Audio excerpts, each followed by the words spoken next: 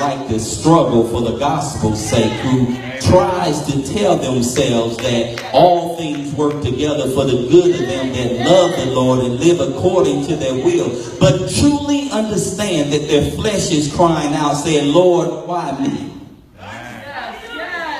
Why did you take my brother? Why did you take my sister? Why did you take my mother? Why did you take my father? Why did you take my friend? Why do I have to suffer like this, God? Why me? Why me? Why do I have to be the one dealing with this disease? Why should I be the one dealing with this illness? Why am I the one that's struggling trying to figure out how to feed my children? Why am I the one struggling trying to put a roof over my head? Do I got any why me saints in the house this morning? Because this world can be cruel sometimes. It can be hard to be a Christian living in the world that we live in. People tell you that once you got saved, everything is going to be all right. I'm here to tell you, once you got saved, the hell really just begun. Because once you get the indwelling of the Holy Ghost, you start to see life differently. You don't see things the way you used to see things. Before I got saved, there wasn't a voice on the inside of me telling me to cut that mess out, so I did everything I was big and bad enough to do. But once I got saved, there was something on the inside of me saying, you know what you're doing ain't quite right. You know what you're saying you shouldn't be saying. And even though I was saying it anyway, in the midnight hour, there was a voice named Jesus that cried out and said, son, you're better than that. And when I began to question God, why did you take my father? After 2 weeks of him preaching his first sermon. Preach, Pastor. And I'm trying to understand. I told myself, God must not be real for him to do that. I'll never preach. If preaching will take you out of here, you'll never hear a sermon come out of my mouth. And I had a testimony to stand by it. I still got the tape of my father when he preached his first sermon. And 2 weeks later, I'm going back to Muncie, Indiana, Elkhart, Indiana, to watch my father be buried in a church full of people that said one day he would have been pastor. And I said, I'll never be that would have been guy. I'm never going to do anything like that. But then I got the power of the Holy Ghost. Lord, help me, Jesus. Has the Holy Ghost ever wiped your eyes in the midnight hour? Has the Holy Ghost ever kept you up answering everything? And then when you didn't get an answer, it just hugged you and told you it's going to be all right. We'll understand it better by and by. And anybody ever walked in the by and by? Can I talk about the by and by just for a minute? I know that's not part of my sermon, but if you ain't never been in the by and by, then let me explain. If you ever prayed to God and you still waiting for an answer, if you ever cried out to God, God, just give me some direction, but you still find yourself lost. If you ever go to God and say, why is this happening to me, Lord? What did I do wrong? Then you're in the by and by. The by and by is that place where he may not come when you want him to, but he'll be there right on time.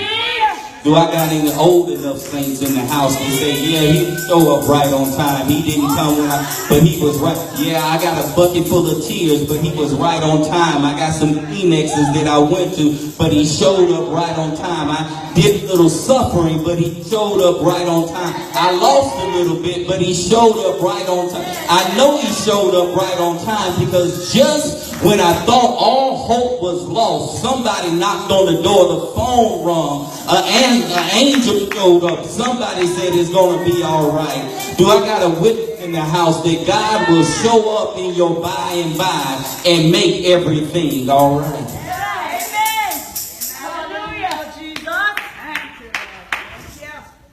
Here in the book of Revelations,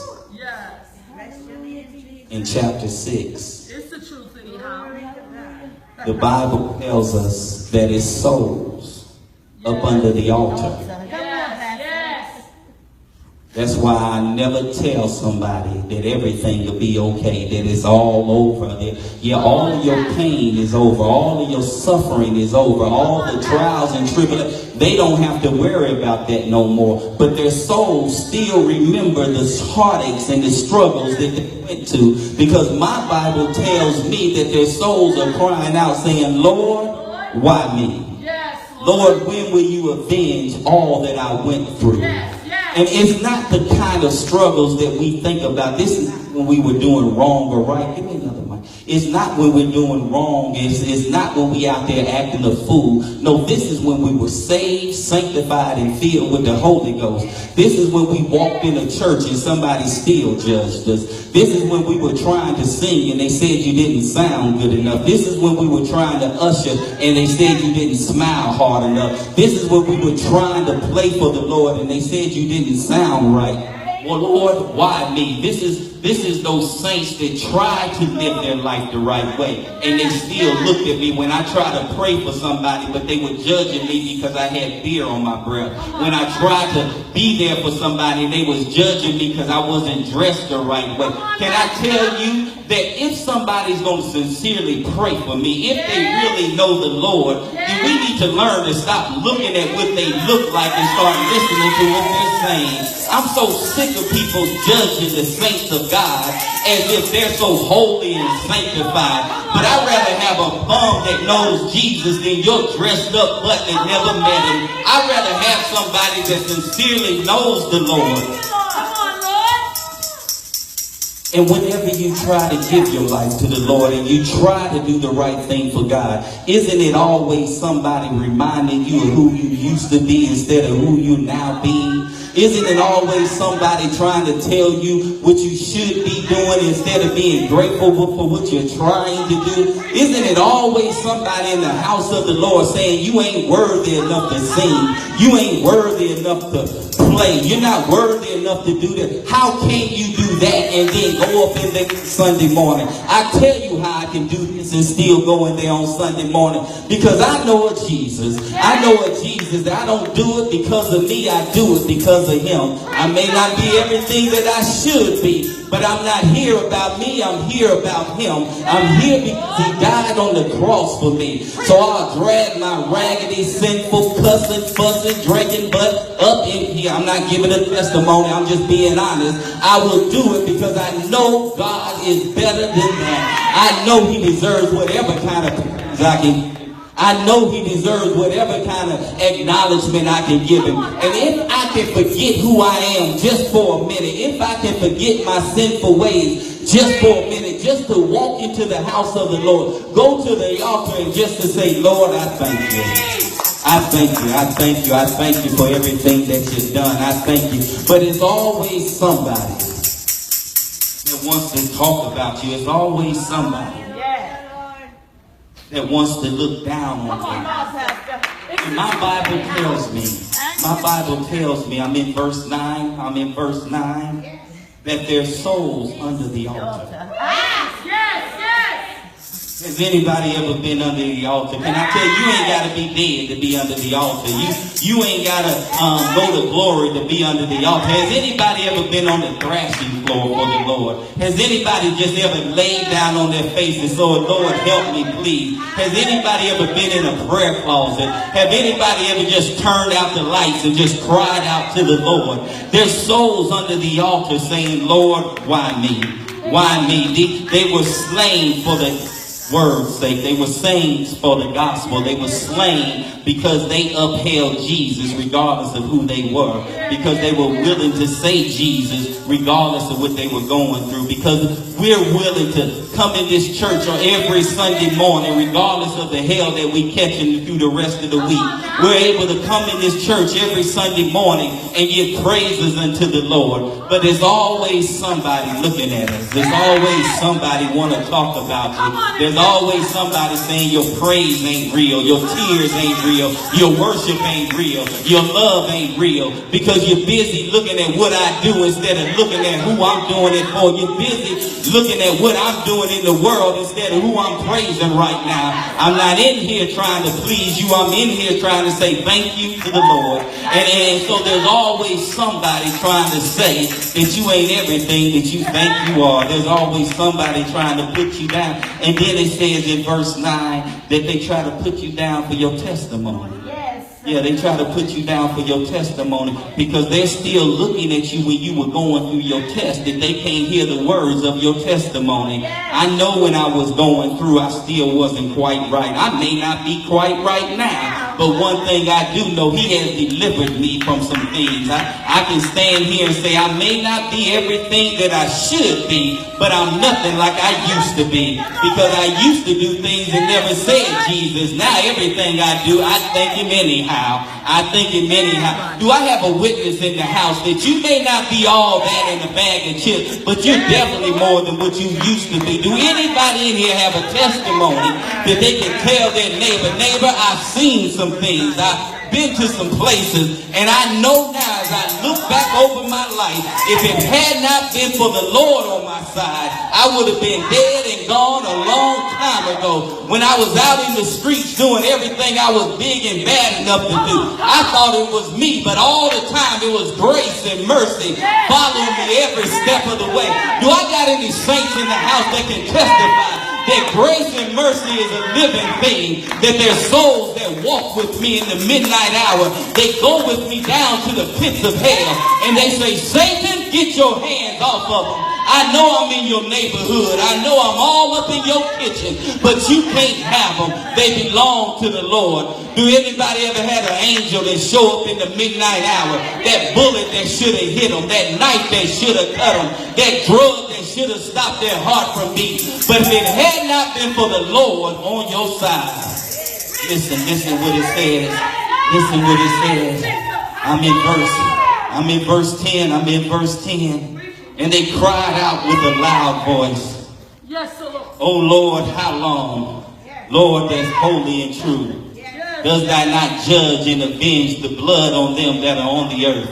Because there's many of you today that's crying right now. There's many of you today that's still going through, people still looking at you for what you used to do instead of what you're doing right now. There's still some of us today that are still crying out, Lord, how long will I have to put up with this? How long will I have to suffer like this? When will my children ever get it right? When will my grandchildren ever get it right? When will my loved ones ever get it right? When will they know that if it had not been for Jesus, when will my prayers ever be answered? When will they turn around from their evil ways and look to the Lord? I got some people in the house right now that sing every Sunday and live like hell every Monday, but it does not mean that their praise ain't real. It does not mean that their love ain't real. It just means they are real. So I got any real saints in the house that can testify that it's hard being here. It's hard being in this flesh. It's hard suffering the way that we suffer. It's hard putting up with what we put up with. It's one thing when I look in the mirror and judge myself, but it's another thing when I got to look at you and you judging me. Oh, listen. Listen what it says. I'm in verse 11. I'm about to get you out of here. And he says, and he gave them their white robes. He gave them their white robes. He said, let me tell you something. I don't care what hell you catch, and I don't care what people say about you. You still say it. I don't care what people that they look down on you and say you ain't all that. You really not who you think you are. You still say it. Don't ever let nobody question your salvation. Your walk may not be right, but your salvation is secure, because your salvation has nothing to do with who you are, but it has everything to do with who he was on Calvary's cross. I'm not saved because I live right. I'm saved because he died right. I'm not saved because I do everything right. I'm saved because he did everything that was prophesied that he would do. I'm not saved because I'm all that in a bag of chips. I'm saved because he's all that God said he was will be, and forever will be. Because he's the same God today as he was yesterday, and he will still be that God tomorrow. So he looked at my tired soul. He looked at my tired soul and just say, rest up under the altar. Just rest up under the altar. Then rest at the altar. He said that suffering has to go on a little while longer. Trials and tribulations have to go on a little while longer. I wish I could promise you that you won't have another bad day, but I can't make that. I wish I could promise you that you won't shed a tear, but I can't make that promise. I wish I could promise you that you'll never be broke again, but I can't make that promise. I wish I could promise you that you'll never get sick again, but I can't make that promise. But this one thing I can promise you, if you take it to the altar, you can lay it down. If you bring it to the altar, there's rest at the altar for all that are sick and heavy laden, for all that are tired of crying in the midnight hour. Jesus said that there's rest at the altar. Jesus said that if I'm tired of crying in the midnight hour, he can give me rest at the altar. Do I have a witness in the house this morning that Jesus gave you rest when you laid it down at his feet? Do I have another witness in the house that Jesus came and wiped my tears away? I need somebody to testify this morning that if it had not been for the Lord on my side, I'm feeling a little Baptist this morning, is that okay? God made a way out of no way. He fed me when I was hungry. He clothed me when I was naked. He fed me when I didn't know what to do. He found me in the midnight hour. He turned my life around. I may not be everything that I should be. I may not do everything that I should do. But one thing I know, I can lay it down. I can lay it down. Ooh.